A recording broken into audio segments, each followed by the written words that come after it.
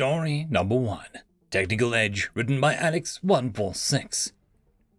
It was called Survival of the Fittest. At least, that's what humanity called it.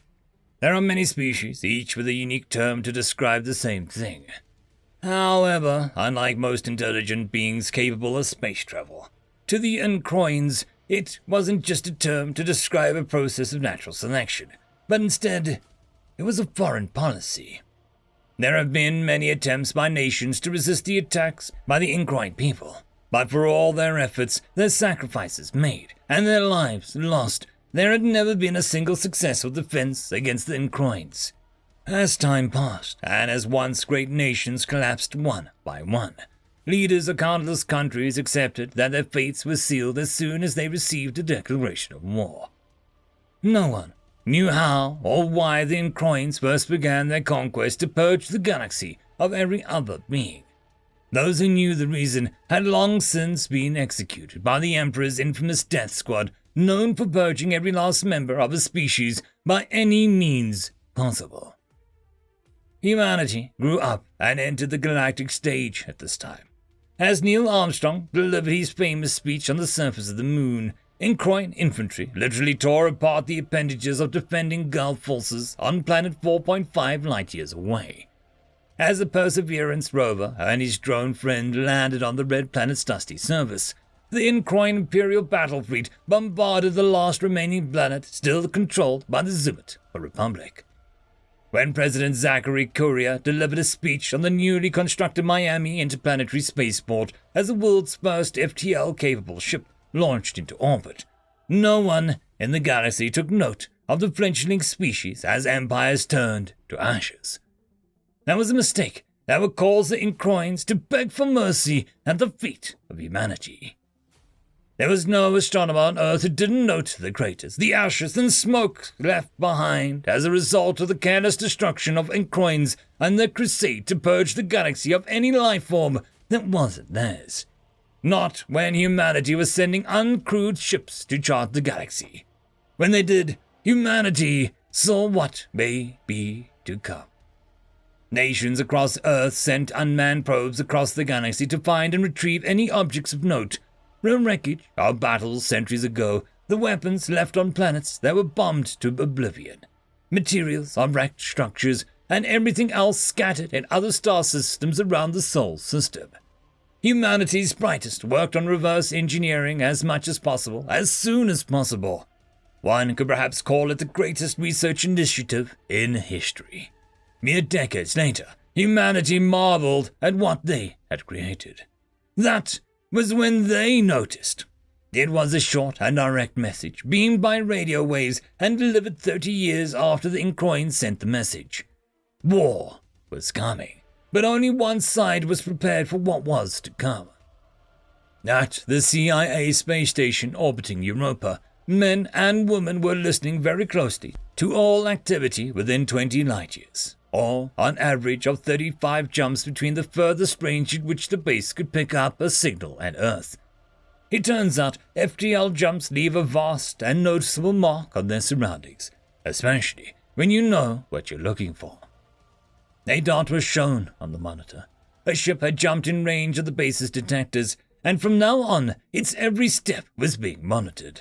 Soon, what was one single dot turned into 2, then 5, then an entire fleet of 100 ships could be seen approaching Earth. An operator recorded this new movement and passed it on to a very special building in Langley, 628.3 million kilometers away. The message from Europa was broadcast loud and clear to every military around the world. They had 5 months to prepare, and not a second would be wasted.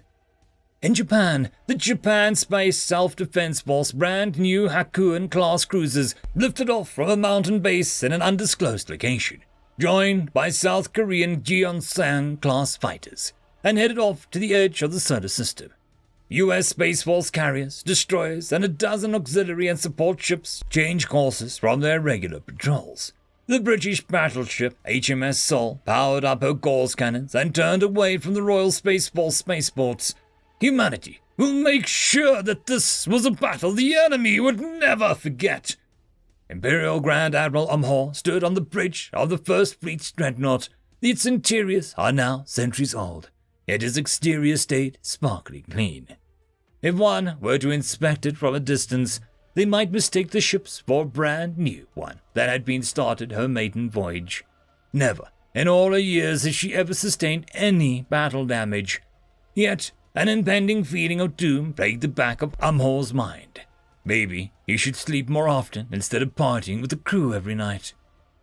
The jump towards, if you recalled correctly, the system of Sol went out without a hitch. Corvettes at the front powered up their blink engines and were quickly followed by the rest of the fleet. A human request for the fleet's surrender was broadcast by a radio wave and was ridiculed before being dismissed by Arnholtz. Then it happened all at once. Hulkins was on board one of the corvettes of the First Fleet. Like many other soldiers, he had done pretty well for themselves by the way of looting civilians once they landed on the planets. And this single-planet civilization inhabited by bipedal mammals with almost no physical bodily strength compared to themselves would have been easy money for everyone involved. At least, that's how it should have been. He had not noticed his hull heating up by an entire fleet of ships thousands of kilometers away, blasting focused gamma rays at every corvette that could be seen. When he did notice, however, a small hole had already penetrated the cabin. Hulkins scrambled to send a message to command, but it was already been too late. Seconds later, the cabin was met with a depressurized silence. The communications crew were panicking. 58 of the 60 corvettes had suddenly lost contact with the dreadnought. The ships didn't fall off the communication systems. It was that no one responded to any message. But before anyone could have figured it out, hundreds of Gauss cannons, railguns, missile launchers, autocannons, and artillery fired their payload towards the First Fleet, instantly detonating almost every ship that was left. Arnholtz desperately shouted for every ship to attack the enemy. But it was far too late before he realized that there were no more ships to respond to his command.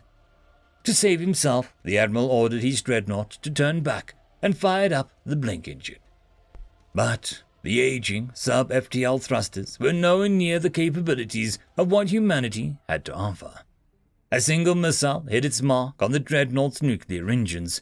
The explosion lit up the emptiness of space. The Incroyans had never lost before. The Admiral of the German Space Force wondered how their Emperor must be feeling right now. But now is not the time to speculate. A war has still yet to be won. End of story.